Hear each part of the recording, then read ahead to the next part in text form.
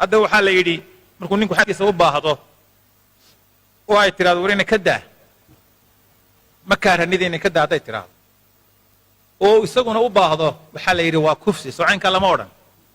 maxaa ku xiga ma taqaana waxaas nin baa waxaa la yidhi cigaal shidaadii bay ku sheegaanoo halkaasaa subxaanya ka martay isagoo hurda markaasuu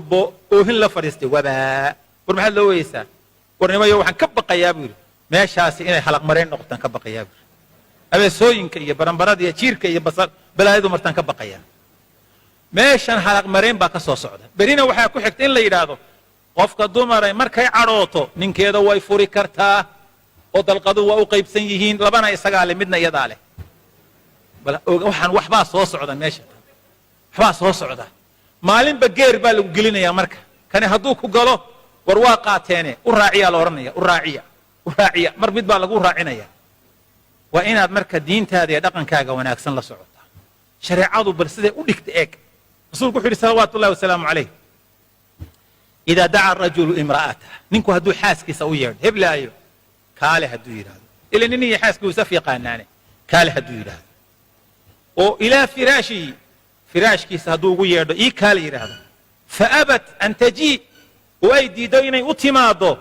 lacanatha almalaa'ikatu xataa tusbix malaa'igtu way nacdalaysaa hadday habeen tahay ilaa waagu intuu ka bereeyo waa imisa saacadood habeenkii 10 saacadoodoo nacdala xamili karta adigu oo malaa'igtu kugu wardinayso nacdali kugu dhacday nacdali kugu dhacday nacdali kugu dhacday 10 hours maad ka bixi karaysaa midh baadan qaadi karayn be 10 saacadood bay kugu soconaysaa taas waaba firaashkii iyadoo aqalkiis ka joogta hadday roodhidii dubayso ama laxooxdii ama qadadii ama quraacdii ama cashadii karinayso oo dabkii ku fadhido iyo dherigii bislaynayso waxaa la mid ah hadday maryihii maydhayso waxaa la mid ah hadday aqalkii masaxayso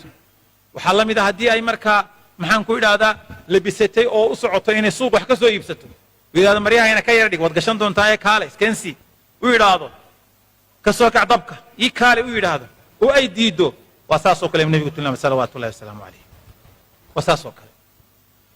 ninku xitaa xaaskiisa markuu mehersado isagoon la aqalgelin dadka qaar baa waxay kula taliyaan hablaha kuwa la saaxiibka ah ama qoysaska qaarkood naa inta uu ku aqalgeysanayo yaanu mare kaa rogin hadhow gabadhii inantii markuu ninku yidhaahdo heblaayo aynu kula nooyta war ma jiraan waxaa ilaa adi aqal aynu wada tagno waxba ma jiraan dee ninkani waxaan isaga iska leh hadduu jumlo iyo tafaariikh ka dhiganayo isaga iska leh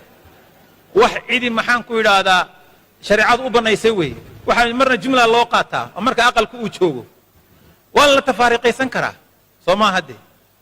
haddii aad markaa ka baqatid u fiirsa hadda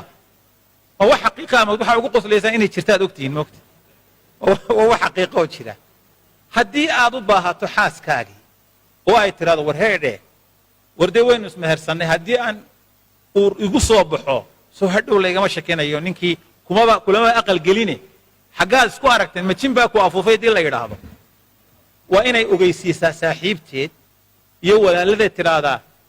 hadda la socda wadaadkii baanu ballansannahaye waa ka ubargeli waxaaba dhici karta soo ma aha markaad ismehersateen idinkoo aan aqal gelin inuu dhinto sooma dhici karta ila wadku meel ma jireen imisaa intay ismehersadeen iyagoo aan aqal gelin dhintay waa dhici karta soo maha hadday saasi dhacdo oo ninkani wixiisii isagoo sii tafaariiqaystay gabadhii uur yeelato isna uu dhintay hadhow waa la isweydiinaa ninkii kumaba dhisane uurkan waa maxay soo maha waa inay sii wargelisaa hablaha walaaladeedii wixii la mid waxaa jiray inan iyo inan saxaabo ah oo mu'miniin qiimo badan ahaa inanta waxaa la ohan jiray jamiila binta cabdillaahi ibni ubay ibnu saluul cabdullaahi ibnu ubay ibnu saluul man ra'iisul munaafiqiin inankana waxaa la ohan jiray xandala ibna caamir waa ninkuu rasuulku u bixiyey alfaasiq waa ninkii masjidu diraar dhismihiisa ka dambeeyey baa dhalay labadaa qof ee isqaba inanka iyo inanta laba munaafiqoo waaweyn baa kala dhalay inankii baa u yimid gabadhii wuxuu ku yidhi inantii heblaayo berrito dagaalkii uxud baa dhacaya naftaydu waxay iigu sheekaynaysaa berri dagaalkaa inaan ku baxayo oo aanan ka soo noqonayn waxaan doonayaa caawa inaynu sii aragno markaasay tiri waaye bal aan hablaha usii sheego walaalada iyo dadka familka qaar u sheego way u sheegtay way kulmeen aroortiiba dagaalkiiba hore laga galay isagoo janaabadii qaba halkiibuu ku dhintay ku shahaado qaatay inan baa uurkeeda galay taariikhda waxaa loo yaqaanaa ninka maxay ghasiilul malaa'ika ninkii ay malaa'igtu maydhay rasuulku wuxuu yidhi waxaan arkay xandala oo malaa'igtu intay maydkiisii qaaday daruuraha ku maydhaysuu nebigu yidhi calayhi salaatu wasalaam inan baa calool galay cabdullaahi baa loo bixiyey 7 wiiloo quraa xaafidulqur'aan u dhalay marka haddii uu hawshaasi timaado walaalaha iyo asxaabta u sheeg waa intaasoo isagoon kula aqalgelinba ajasha u timaadaa waa intaasoo ilmo guntamaan shareecadu ma diidayso inaad u sheegto miyay noqonaysaa sirtii sariirta inaad faafisay jawaabtu waa maya waxaa sugan axaadiidta nebiga sal allahu alay wasalam in umu salama inankeedi umu sulaym anas hooyadii inankeedii inuu dhintay oo bukay abu talxa u dhashay inankiioo mayda ayaamana bukay baa abu talxa yimi zayd ibnu sahal ansaari markaasuu inankii ka warran iminkuu ugu wanaagsan yahay bay tiri halkanna wuu dadan yahay waa maydo waa yaalla cashay u samaysay cashadii buu cunay way isdiyaarisay way kulmeen markii hawshii dhammaatayba waxay ku tii wareedhe inankiioo mayda inoo yaale inanka aaskiisii qabanqaabadiisii gal markaasuu maxaad saa iigu gelaysaa markaad i wasakhaysay maad ii sheegtay marka hore caynkan wuu canaantay waa durduray rasuulku u tegay aroortii markuu waagu beriyey rasuulka ilaahay oo habeenkii xalay ahaa qoftii umu sulayme tay ugu dhigtay haddaad og tahay lagama sheekayn karayo anigoo mayd aqalka iyo dhaqanka carbeedna ceeb bay ka hayd arrintaas ninku inuu dumar u baydho isagoo mayd u yaallo aqalka sidaa iyo sidaa iyo sidaasa yeeshay rasuulku waa ka dhegaystay warkii jawaabtii uu nebigu siiyey maxay noqotay acarastum leyla war habeenkii xalay ahaa ma is aroosteen buu nebigu yidhi ha waa is aroosnay baaraka allaahu fii laylatikuma habeenkiinni allah idiin barakeey inan baa halkay ku calool galay marka sharcigu ma diiday inaad tidhaahdid saaxiibka war caawa isu iman mayne fardu kifaayaan iska soo ridaya reerkii baan aadaya ama maxaan ku idhaahdaa iyadu ay tidhaahdo odaygii baan caawa la soo qaxwaynaya waxba sharci maaha ila waxba wax faahfaahsanoo tafaasiila kama aadan sheekayn waa bannaanta shareecada islaamka laakiin haddii laga warka sheekoodo oo inanku yidhaahdo markuu guursado saaxiibkii reerkii baan xalal la kulmay halkaa intaanu ka dhaqaaqnay baan niyo hargeysa tagnay sheekadii daba iyo dacalba ka galo oo iyadu ay ka sheekayso tiraa jigjiga yar baanu ka dhaqaaqno boore baanu tagnay waxbaba aan laga hadhin sheekadii la wada waadixiyo rasuulku wuxuu yidhi labada qof ee isqaba ee gogoshooda ka warka sheekooda buu nebigu yidhi sal allahu alayh waali wasalam waa min ashari annaasi cinda allahi yowma alqiyaama dadka ugu xun weeye ilahay agtiisa subxaanahu wa tacaala waayo dee maxaaba hadhay nin xaaskiisii ka war sheekoonaya gogoshoodii ama maxaanku idhaahdaa in inantu ka war sheekoonayso wax harayba ma jiraan weeye shareecada islaamku waxaasi ma bannaana oo shareecadu waa diiday ninku hadduu reerkiisu ka maqan yahay uu ka maqan yaho safarka iyo sadcaal ku maqan yahay waa inaanu isagoo guuraynayaa goor habeena reerka iska soo gelin waa inuu war iska soo horay waa soo socdaa waan soo baxay galacaa waan soo hoyanayaa fiidkii baan imanaya haddii alla yidhaa waa inuu u sheegaa waayo reerku markuu odaygu ka maqan yahay islaantu dee ninay isu qurxiso oo isu cadriso waxa ragooto aqalkii ma joogo ninkii waa maqan yahay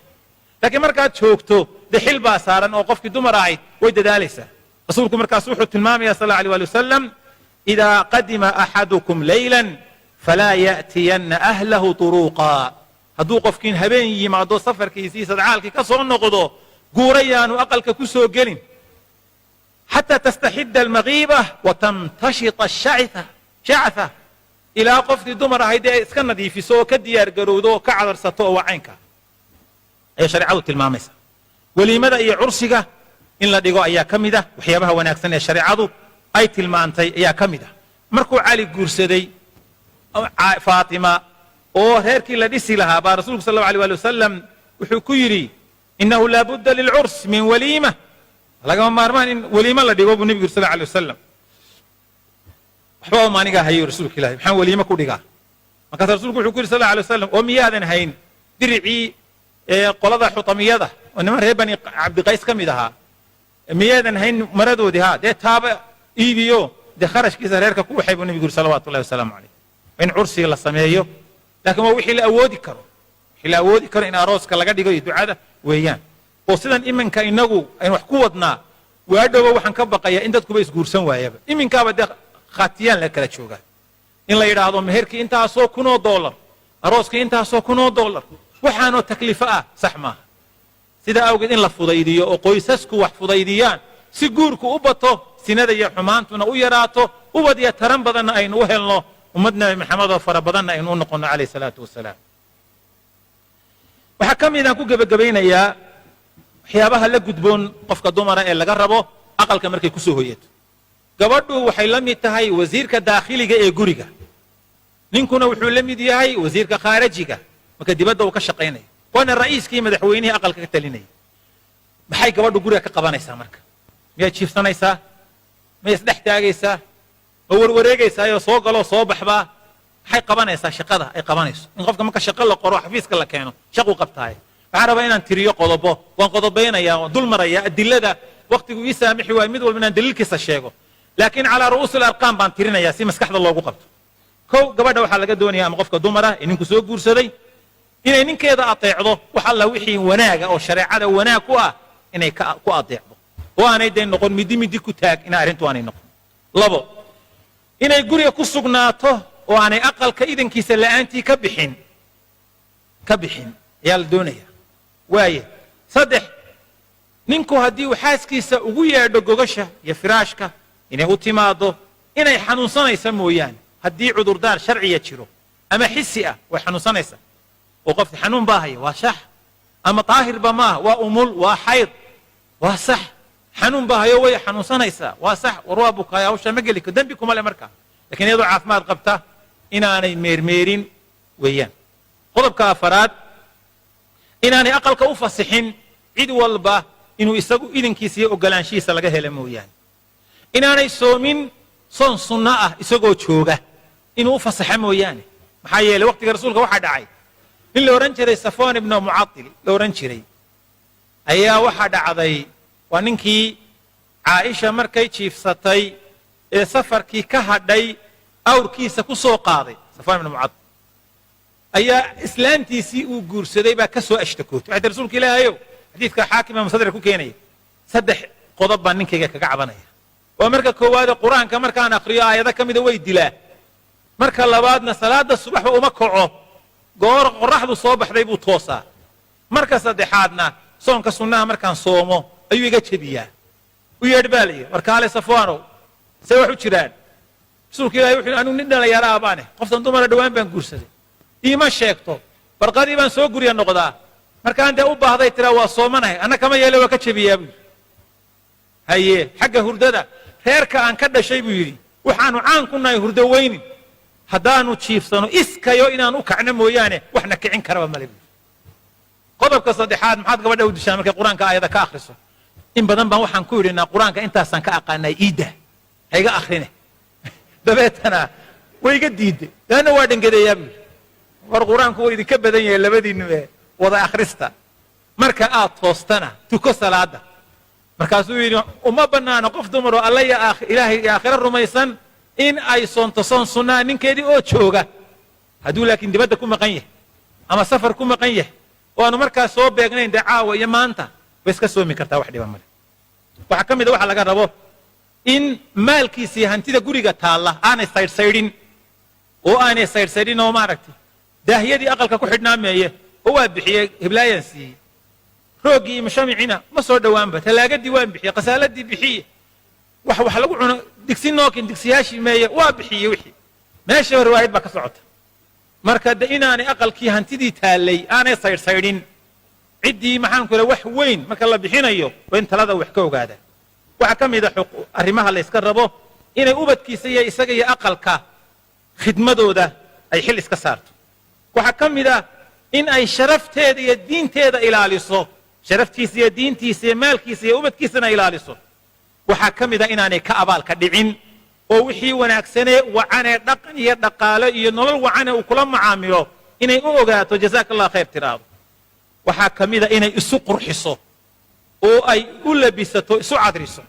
oo dee toobkii ay la joogtay jikada iyo aqalka aanay hadhow aqalka la soo fadhiisane ay xaragootoo labisato innaga dumarkeennu qaar waxay u badan yihiin qaarkood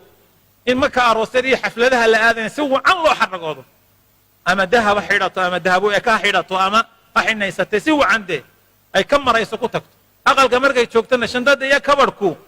maryo aan bilo la soo saarin baaba ku jira odaygani waagii horaaba ugu dambaysay lama aragba cidaad u xaragooto isagaa ugu wacan isaguna waa inuu ku xaragoodaa garan dhammaaday iyo macawuus laalaabantay waa inuu soo xidhan waa inuu wax wacan garamo wacan iyo macawuus xidhan iyo wacan iyo waa inuu soo xidhaa waa inuu weli culimmada qaar waxay leeyihin waa inuu xooggiisa tusaa oo haddaad funaanad weyn xidhato aad lagu arki maayo laakiin garan garba go'a markaad xidhato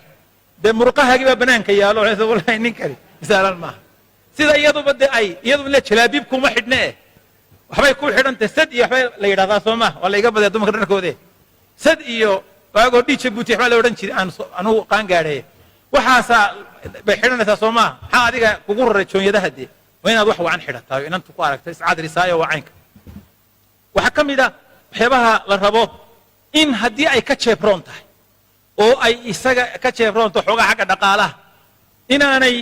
oo aqalka iyo reerka iyo biilka iyo nolosha ay la caawinayso